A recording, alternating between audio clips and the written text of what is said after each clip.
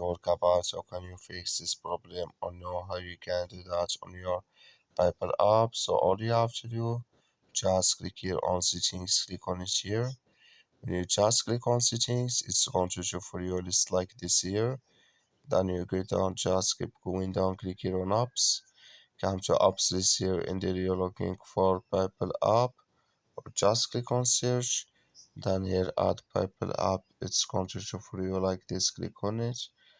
So then it's going to take you to this list, click on for stop, click on OK.